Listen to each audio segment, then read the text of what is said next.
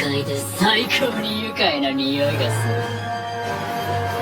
今度の剣士たちは何人生き残れるかな。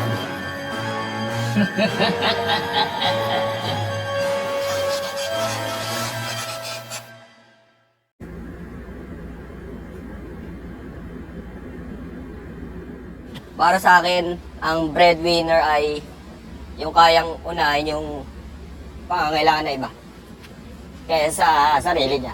Gusto ko lang sana na magtiwala lang yung nanay ko sa akin na lahat ng problema namin malulutas namin. Ilan tissue?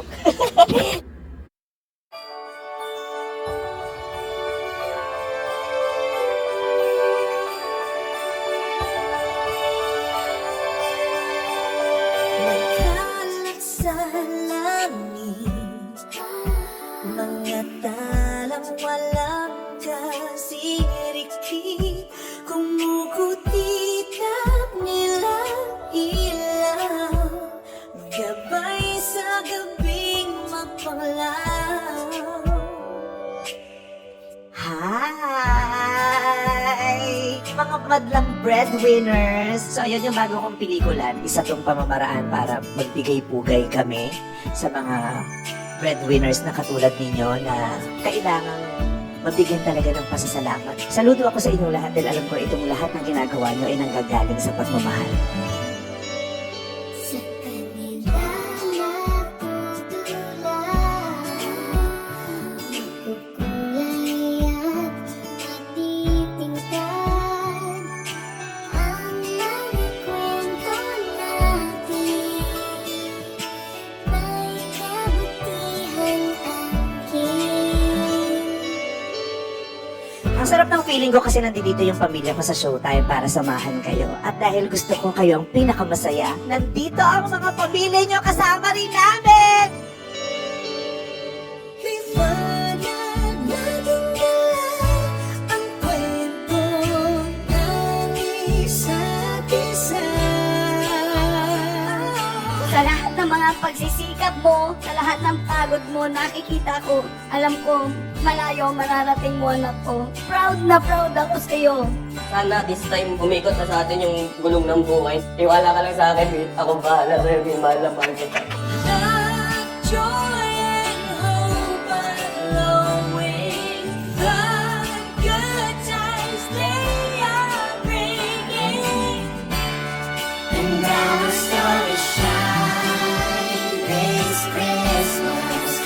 Our star is shine this Christmas. Sa liwanag mo, kahit lakas, our star is shine this Christmas. Shine. Langit ng lupa, maraming anghel ang bumaba. Sila'y nasa katauhan ng mabubuting kaibigan. Madilim man ang pinagdadaanan dahil sa karamdaman ni Baby Zoe, nagliliwanag pa rin ang pagmamahal ng solo parent na si Mommy Elaine para sa kanyang anak. Pero hindi siya nag-iisa sa kanyang laban dahil nakatagpo sila ng pamilya sa mga tao may mabubuting puso. Kaya lalo pang dumami ang tumayong nanay at tatay para kay Baby Zoe. Sa age po niya, sa 10 years old po niya, mayroon siyang cancer. Meron po siya pinagdadaanan na sakit na malagpanan. Hindi po natin alam kung mabubuhay po siya.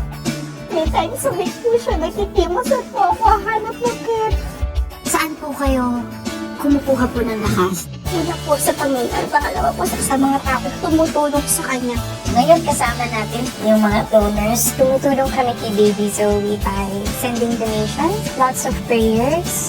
We have to be able to extend those blessings to others. Saludo kami sa iyo. Alam namin na hindi madali pero wala akong imposible kay God. Kaya happy.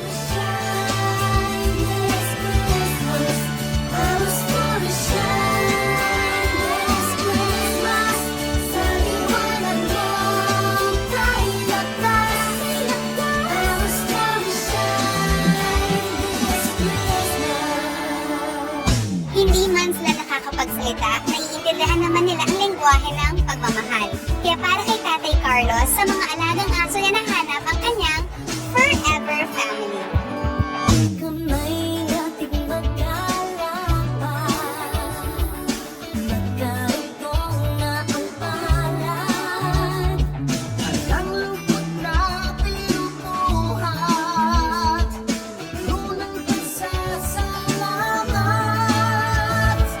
Natutuwa po ako sa kanila.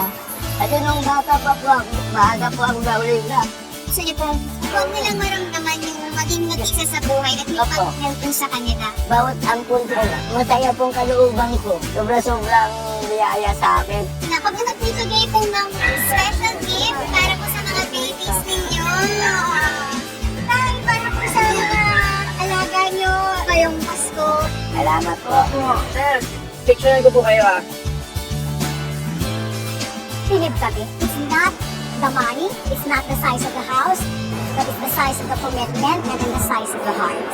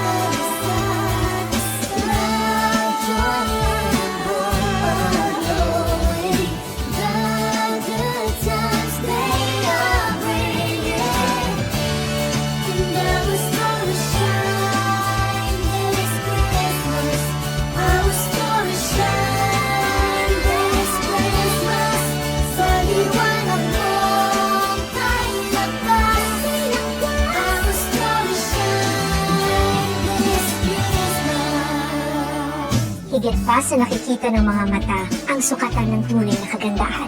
Yan ang mensaheng sumasalamin sa buhay ni April. Ang alopecia warrior na hinangaan sa kanyang katatagan at pagmamahal sa sarili sa kabila ng lahat ng kanyang pinagdaanan. Hi April! How are you? Actually, andito kami kasi gusto ka namin kumustahin. Ang daming na-inspire sa kwento mo. Sinasabi nila sa akin na nakaka-proud daw po ako. Napakatapang ko dong tao. So, ang dami mo kasing natatouch sa pagiging matapang mo. Hindi mo lang alam na dahil sa'yo, nagkakaroon sila ng tapang at nakasunod. Naging inspirasyon ka sa mga kabataan, kami at buong kapamilya. I believe talaga sa'yo. Lagi nang mag-pray day dyan. Maging positive ko sila sa hamon na buhay. Napaka-powerful na pagkakwento kasi it's not only empowering for you but also you are also creating a safe space for other people to do the same. Kaya napaka-good job mo talaga doon for sharing your story.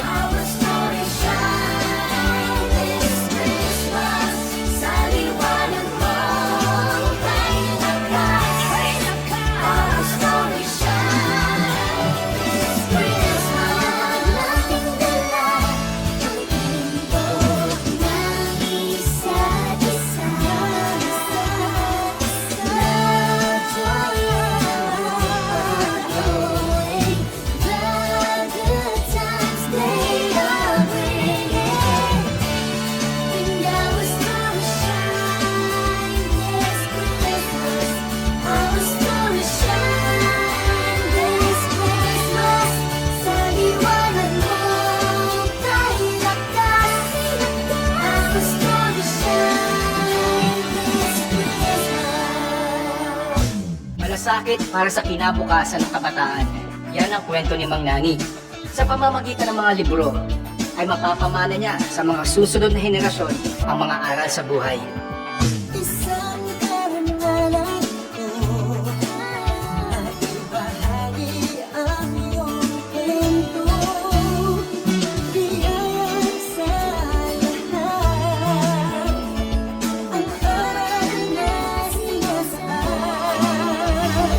Ginagawa ko yung pamimigay ng aklat para makatulong sa ating mga kababayan. Kung maaari, libre. Walang hinihiling na kapalit. Saludo kami sa lahat na ginagawa mong tulong sa mga bata at sa buong komunidad. Na-inspire kami sa kwento ni Ma'am Nani. Parang napasa niya sa amin yung vision niya. Naghanap kami ng mga libro na pangbata. Tapos pinamimigay namin sa mga street children. Sabay-sabay tayo mangarap para lahat tayo sabay-sabay ang pagunlad.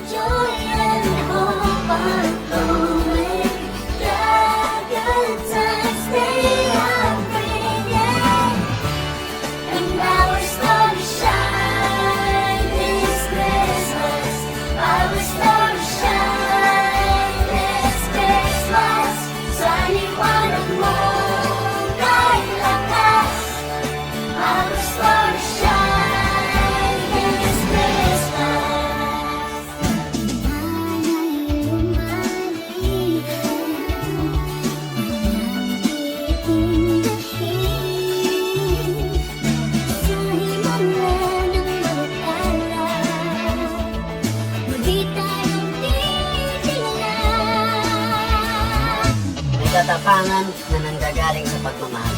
Katulad ng mga kapamilya nating sundalo na handang ialay ang sarili para sa kapwa at sa bayan. Ang nangaan ko po sa mga sundalo natin is yung selfless na service nila.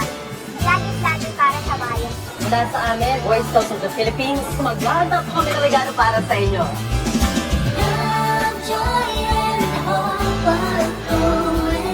Ano naman ang mensahe ninyo sa mga men and women in uniform natin? Mabuhay po kayong lahat at palagi po namin pinagdarasal ang inyong pong kalusugan at kaligtasan. Sa ating mga sundalo, saludo kami sa inyong lahat. This Christmas, our star will shine. This Christmas, Magandang Pasko sa inyong lahat! kay lakas, our star will shine. This Christmas, nating lahat ang kwento ng isa't isa. Love, joy, and hope are flowing. The good times they are bringing, and our star will shine this Christmas. Our star will shine this Christmas. Sa liwanag mo kay lakas, our star will shine this Christmas. Nating lahat ang kwento ng isa't isa. Love, joy, and hope are flowing. The good times they are bringing, and our star will shine this Christmas. Our star will shine this Christmas. Sa liwanag mo kay lakas, our star will shine this Christmas. Nating lahat ang kwento ng isa't isa. Nalalampasan natin ang mga bagyo ng buhay. Dahil sa mga tao na handang magmalasakit sa kanilang kapwa. Ito ang makikita sa kwento ng mga kababayan natin na naapektuhan ng mga dumaang bagyo at ng mga handang tumulong at tumalangin. Joy and hope are growing. The good times they are bringing. Our star will shine this Christmas. Our star will shine this Christmas. Sa liwanag mo kay lakas, our star will shine this Christmas. Nating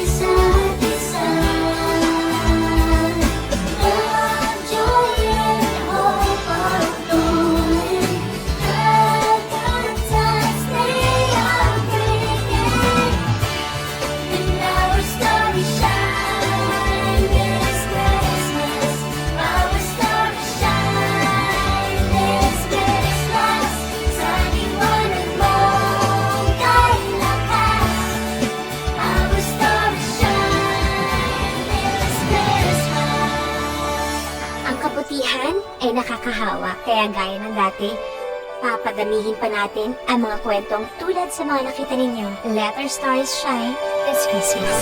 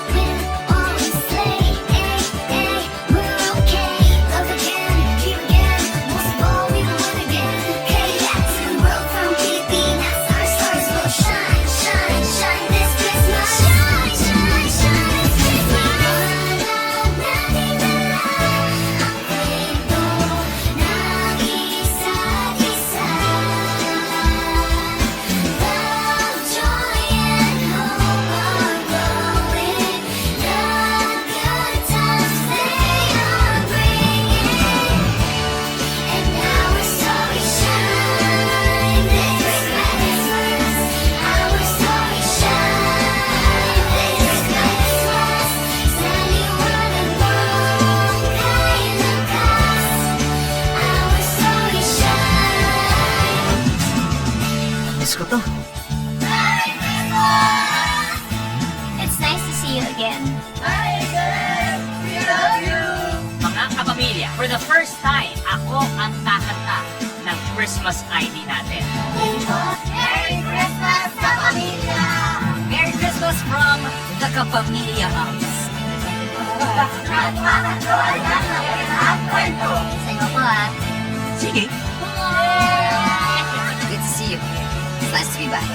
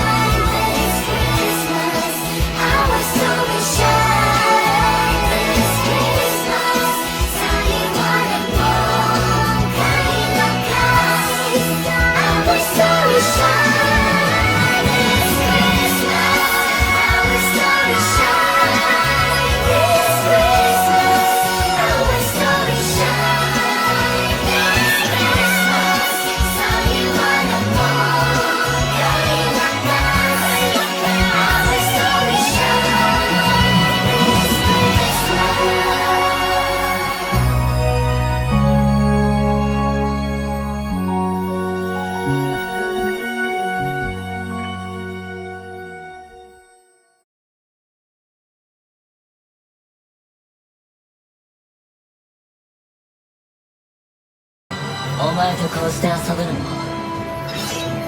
これで最後かもな。